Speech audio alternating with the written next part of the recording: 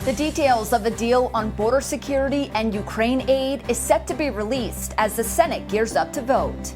And the Vision Pro is here, with Apple looking to make spatial computing a household phrase.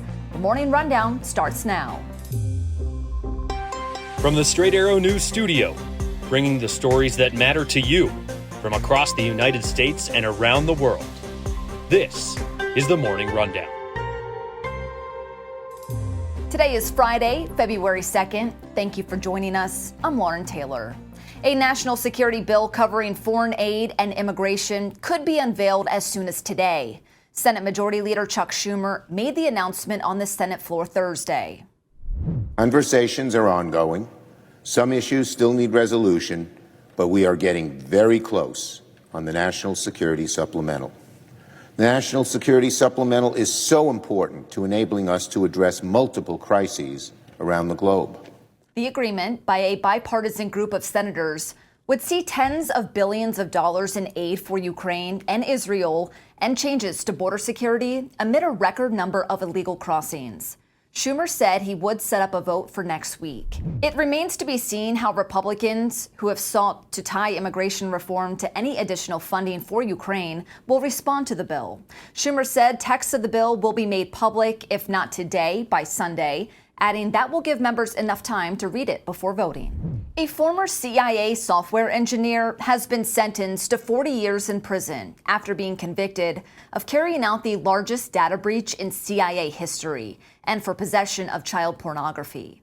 Joshua Schulte was responsible for providing information in WikiLeaks' Vault 7 leak in 2017. Vault 7 detailed CIA electronic surveillance and cyber warfare capabilities.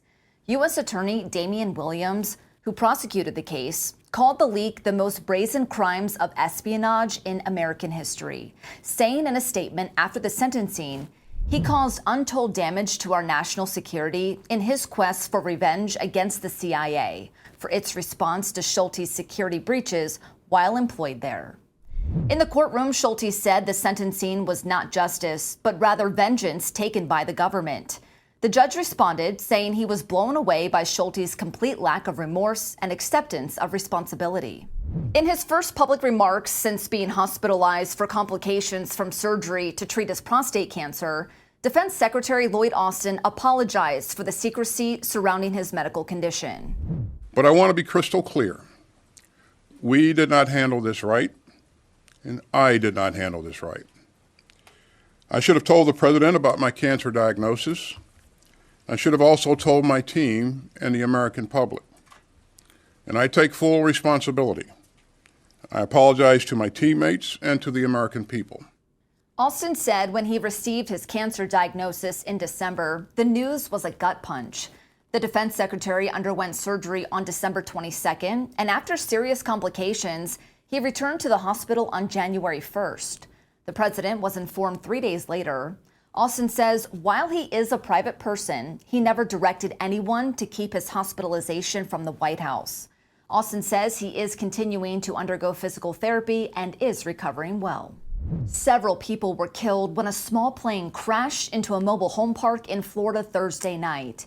Emergency crews responded to the fiery scene in Clearwater. They found 4 trailers on fire with the crashed plane inside one.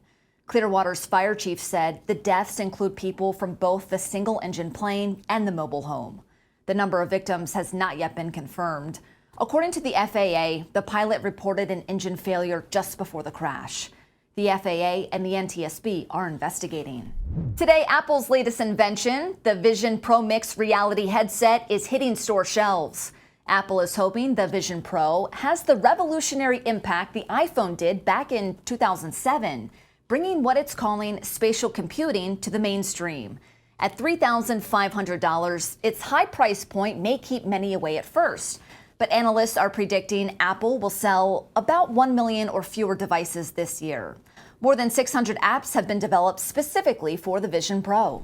And finally this morning, in just over a week, the Kansas City Chiefs and the San Francisco 49ers will be looking to be heroes on the field at the Super Bowl. But one NFL player is already being called a hero for his quick-thinking actions, not on the field, but on a plane.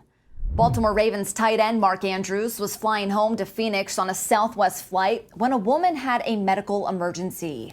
Flight attendants, as well as a doctor and nurse who were on the plane, ran over to assist. And according to passengers, the woman had a weak pulse and trouble breathing.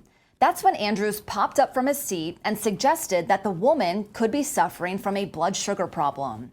Andrews, who has type 1 diabetes, had his diabetic testing kit on him. He handed it over, showing the doctor and nurse how to use it, and soon the woman was stabilized. In a statement, Andrews thanked the flight attendants and said the doctor and nurse were the real heroes. These are your top stories for today. We'll see you back here on Monday. Until then, I'm Lauren Taylor. Have a great weekend.